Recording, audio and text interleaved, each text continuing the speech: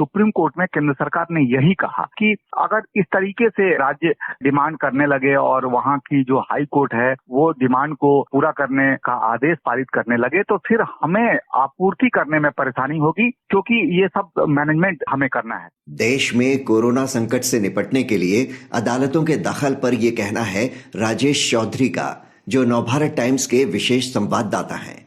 नमस्कार, आज है शनिवार 8 मई और आप सुन रहे हैं डेली न्यूज कास्ट। पूरी बात सुनते हैं कुछ देर में, उससे पहले एक नजर इस वक्त की बड़ी खबरों पर। भारत की मदद के लिए दुनिया के सबसे बड़े कार्गो प्लेन ने ब्रिटेन से भरी उड़ान, ला रहा 3 ऑक्सीजन प्लांट और 1000 वेंटिलेटर। हर एक प्लांट से हो सकेगा प्रति मिनट 500 लीटर ऑक्सीजन का उत्पादन। विमान के रविवार सुबह 8 बजे तक दिल्ली पहुंचने का अनुमान। देश में पिछले 24 घंटों में कोरोना से गई रिकॉर्ड 4187 लोगों की जान। लगातार तीसरे दिन 4 लाख के पार रहे नए मामले।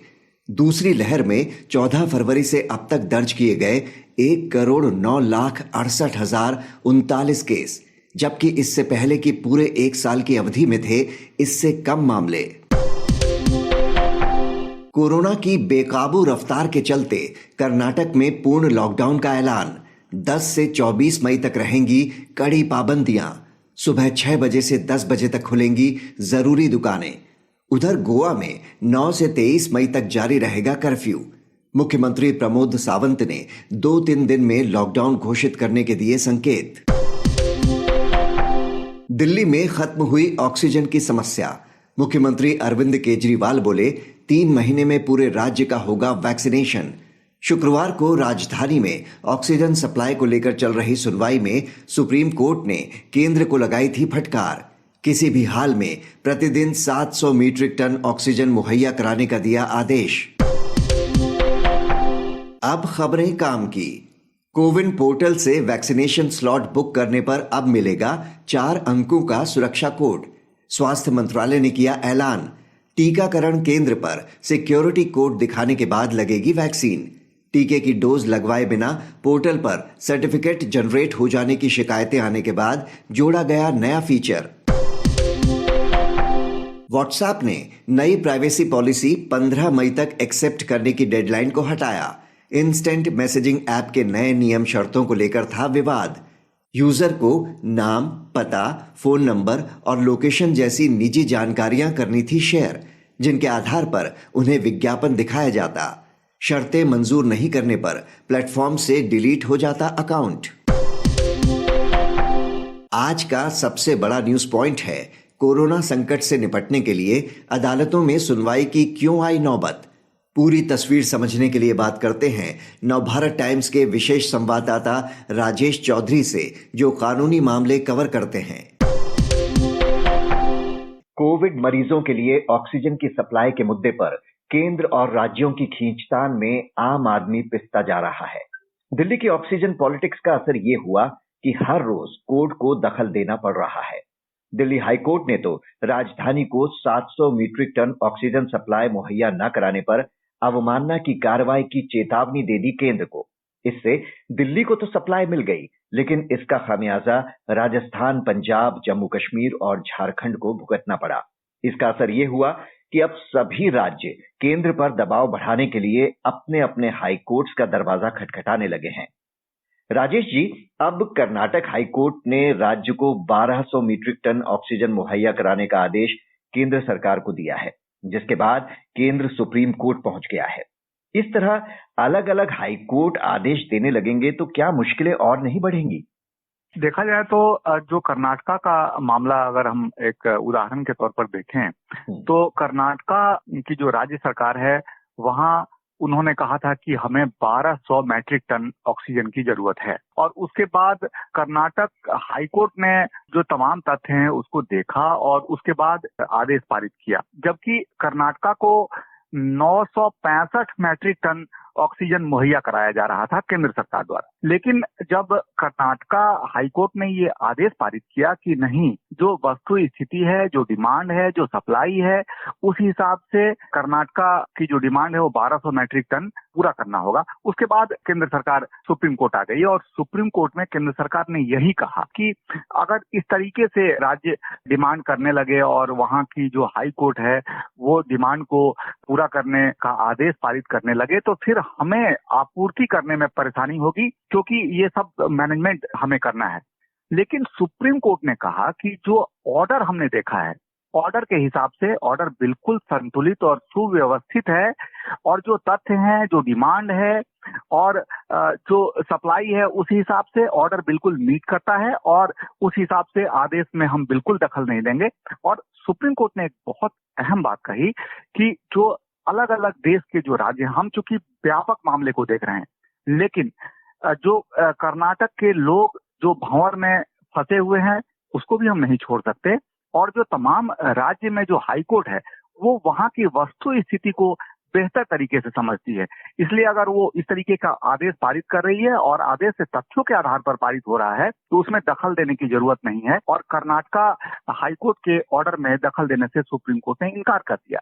तो जाहिर सी बात है, केंद्र सरकार ने जो ये दलील रखी थी या केंद्र सरकार का ये जो लॉजिक है कि इस तरीके से अगर हाई कोर्ट आदेश पारित करने लगे तो हमें परेशानी होगी, लेकिन ये दलील सुप्रीम कोर्ट के सामने टिक नहीं पाई। और सुप्रीम कोर्ट ने कहा कि अगर लोगों को परेशानी है तो लोगों को हम भंवर में तो नहीं छोड़ सकते, और हाई कोर्ट अगर आदेश पारित करती है और हाई कोर्ट अगर तथ्यों के आधार पर आदेश पारित करती है तो हम उसमें दखल नहीं देंगे।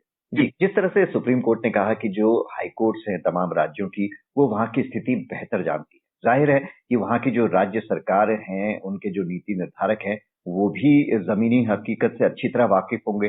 तो कायदे से तो केंद्र और राज्य सरकारों की ये सामूहिक जिम्मेदारी है कि वे तमाम अस्पतालों में जरूरत के मुताबिक ऑक्सीजन सप्लाई सुनिश्चित करें। नीति निर्धारकों का जो काम है वो उन पर छोड़ देना चाहिए। इसमें कोर्ट की दखलंदाजी की नौबत क्यों आई? देखिए, ये निश्चित सी बात है कि देश चलाना और सरकार चलाना जो काम है वो जाहिर सी बात है कि एग्जीक्यूटिव के लिए है और वो एग्जीक्यूट करती है। लेकिन जब उसके बाद भी परेशानी अगर पैदा हो, उसके बाद भी अगर सुप्रीम कोर्ट और हाई कोर्ट को चूंकि पावर है सो मोटो संज्ञान लेने का, और हाई कोर्ट और सुप्रीम कोर्ट मीडिया में इस तरीके की खबरें देख रही है और उनके सामने भी तथ्य आते रहे हैं और आएंगे कि अस्पताल में ऑक्सीजन के बिना मौत हो रही है, जैसे कि सुप्रीम कोर्ट ने पिछली सुनवाई में भी कहा था कि दिल्ली में बत्रा अस्पताल में डॉक्टर की मौत हो गई ऑक्सीजन सप्लाई होल्ड होने से। तो ये सारी बातें सुप्रीम कोर्ट और हाई कोर्ट देखती है। तो जाहिर सी बात है कि अगर डिमांड सप्लाई ठीक नहीं है और ऑक्सीजन की कमी से लोग मर रहे हैं, लोग बिलख रहे हैं, मीडिया में खबरें चल रही है कि लोग ऑक्सीजन सिलेंडर के लिए 4 बजे सुबह से लाइन में लगे हुए हैं, तो जाहिर सी बात है सुप्रीम कोर्ट और हाई कोर्ट ऐसे मामले में संज्ञान लेता है और यही कारण है कि हाई कोर्ट और सुप्रीम कोर्ट संज्ञान ले रहा है। और सुप्रीम कोर्ट ने भी इस मामले में संज्ञान ले रखा है और उसका देखिए सबसे बड़ा फायदा इस तरीके से देखा जा सकता है कि जो स्टेट गवर्नमेंट जब काम करती है और सेंट्रल गवर्नमेंट जब काम करती है तो उसमें अलग अलग स्टेक होल्डर होते हैं। जैसे कि कोई कंपनी ऑक्सीजन सप्लाई कर रही है, वो कहीं से उसके काम में अगर कमी है, या फिर अस्पताल जो डिमांड कर रही है वो कितना डिमांड कर रही है, ज्यादा कर रही है, कम कर रही है। लेकिन जब सुप्रीम कोर्ट मामले को अपने सामने लाता है सुनवाई के लिए, तो जो भी स्टेक होल्डर हैं उनको ऑन रिकॉर्ड, ऑन ओथ बयान देना होता है। कोई भी जो पक्षकार है वो हवा में बात नहीं कर सकता सुप्रीम कोर्ट में, क्योंकि उनको शपथ लेकर बयान देना होता है और वह यहाँ पे झूठ नहीं बोल सकते। तो जाहिर सी बात है ट्रांसपेरेंसी भी सुप्रीम कोर्ट और हाई कोर्ट में जब सुनवाई होती है तो ज्यादा देखने को मिलता है।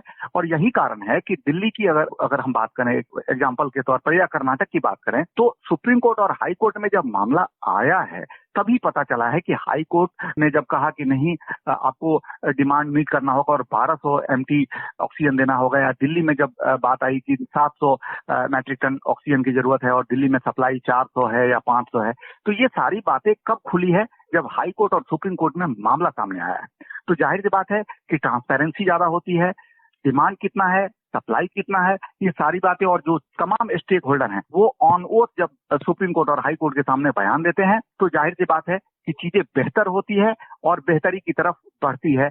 और कई सारे मामले में देखने को मिला है कि हाई कोर्ट और सुप्रीम कोर्ट के दखल के बाद ऑक्सीजन सप्लाई जो शॉर्टेज था उस स्टेट में, उसको फिर मीट किया जा रहा है और उसको ठीक किया जा रहा है। जी, लेकिन अब परेशानी ये भी है कि मान लीजिए कि ऑक्सीजन निर्माता राज्य जो हैं, अगर वो सप्लाई पर अपना पहला हक जताने लगेंगे तो मुश्किलें और बढ़ सकती हैं। तो कोरोना से मिलकर लड़ने के बजाय अदालती सुनवाई में काफी वक्त जाया नहीं हो रहा है क्या? और अगर कोर्ट का जो दखल देना पड़ रहा है कोर्ट को, जमीन पर असल में उसका फायदा होता दिख रहा है? देखिए, अगर हम बात करें सुप्रीम कोर्ट के सुनवाई की, तो सुप्रीम कोर्ट ने जब इस मामले को में इंटरवीन किया है तो देश भर के मामले सुप्रीम कोर्ट देख रहा है। और जब दिल्ली हाई कोर्ट में जब ये मामला दिल्ली के संदर्भ में जब आया था, तो सुप्रीम कोर्ट ने चूंकि 30 अप्रैल को ही कहा था कि दिल्ली को 700 मैट्रिक टन ऑक्सीजन की जरूरत है। तो जाहिर सी बात है कि जब वो मीट नहीं हो रहा था तो दिल्ली हाई कोर्ट ने केंद्र सरकार के अधिकारियों को अवमानना नोटिस जारी किया और मामला फिर सुप्रीम कोर्ट के सामने आया। सुप्रीम कोर्ट ने भी कहा कि अधिकारियों को जेल भेजना हमारा मकसद नहीं है और उससे ऑक्सीजन सप्लाई सुचारू नहीं हो जाएगा, लेकिन आपको ऑक्सीजन सप्लाई सुचारू करना पड़ेगा।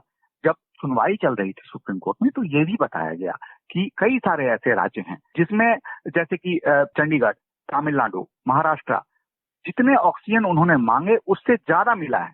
जो सुप्रीम कोर्ट में ये बातें तथ्य रखा गया और दिल्ली गवर्नमेंट बार बार यही कह रही थी कि हमने 700 मैट्रिक टन ऑक्सीजन मांगा लेकिन हमें 560 मैट्रिक टन सप्लाई किया गया। जाहिर सी बात है कि ये जो गैप हो रहा था और कई सारे राज्यों में जो ऑक्सीजन की सप्लाई है वो जितना डिमांड है उसको मीट किया जा रहा है। तो ऐसा नहीं है कि एक राज्य में, और जाहिर सी बात है कि केंद्र सरकार खुद कह रही है कि जो ऑक्सीजन की सप्लाई, ऑक्सीजन का जो उत्पादन है देश में बढ़ा दिया गया है। तो दिल्ली गवर्नमेंट का भी यही कहना था कि क्या दिल्ली में 700 MT ऑक्सीजन सप्लाई करने से बाकी जगह शॉर्टेज हो जाएगा? ऐसी बात नहीं है। और जहां जितना डिमांड है उसको मीट करना चाहिए, नहीं तो लोग फिर ऑक्सीजन के बिना मरने लगेंगे। तो सुप्रीम कोर्ट के दखल का जहां तक सवाल है तो सुप्रीम कोर्ट ने कहा भी इस बात को, देखिए कि सुप्रीम कोर्ट ने कहा कि नहीं, दिल्ली में 700 मैट्रिक टन आपको सप्लाई करना पड़ेगा।